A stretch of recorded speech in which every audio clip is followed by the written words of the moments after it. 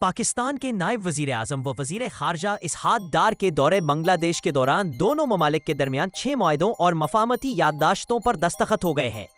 پاکستان نے بنگلہ دیشی طلباء کو آئندہ 5 برسوں کے دوران پاکستان میں اعلیٰ تعلیم حاصل کرنے کے لیے 500 اسکالرشپس دینے کا اعلان کیا ہے۔ وزارت خارجہ کے مطابق پاکستان اور بنگلہ دیش کے درمیان معاہدوں پر دستخط کی تقریب اتوار کو ڈھاکہ میں منعقد ہوئی، جس میں نائب وزیر اعظم و وزیر خارجہ اسحاق ڈار اور بنگلہ دیش کے مشیر برائے خارجہ امور محمد توحید حسین بھی شریک ہوئے۔ پاکستان کے نائب وزیر اعظم اسحاق ڈار نے اپنے دورے بنگلہ دیش کے مشیر خارجہ سے ملاقات کی، جس میں باہمی تعلقات مزید مضبوط بنانے کے عزم کا اعادہ کیا گیا۔ وزارت خارجہ کی جانب سے جاری بیان کے مطابق وزیر خارجہ اسحاق ڈار کی قیادت میں پاکستانی وفد کے اتوار کو بنگلہ دیش کے مشیر برائے خارجہ امور محمد توحید حسین کی قیادت میں بنگلہ دیشی وفد سے مذاکرات ہوئے۔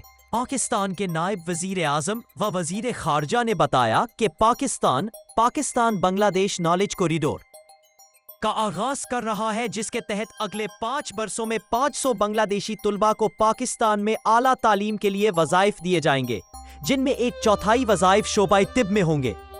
فریقین نے سارک، OIC، اقوام متحدہ اور دیگر بین الاقوامی فورمز پر تعاون کو مضبوط بنانے کی ضرورت پر بھی زور دیا تاکہ امن اور ترقی کے مشترکہ اہداف کو فروغ دیا جا سکے۔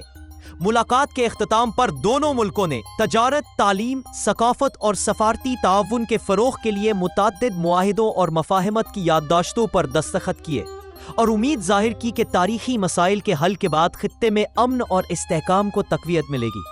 یہ ملاقاتیں پاکستان کی بنگلہ دیش کے ساتھ تعلقات مضبوط بنانے کی تازہ کوششوں کا حصہ ہے۔ اسحاق ڈار ہفتے کو بنگلہ دیش پہنچے تھے۔ حالیہ برسوں میں یہ کسی اعلیٰ پاکستانی عہدیدار کا ڈھاکہ کا پہلا دورہ ہے۔ پاکستانی وزیر خارجہ اسحاق ڈار نے عبوری وزیر اعظم نوبل انعام یافتہ ڈاکٹر یونس سے ملاقات کی اور باہمی دلچسپی کے امور پر تبادلہ خیال کیا۔ اس کے علاوہ اسحاق ڈار نے دیگر جماعتوں کے نمائندگان سے بھی ملاقاتیں کی، جن میں سرفہرست جماعت اسلامی بنگلہ دیش کے امیر ڈاکٹر شفیق الرحمان سے ملاقات شامل ہے۔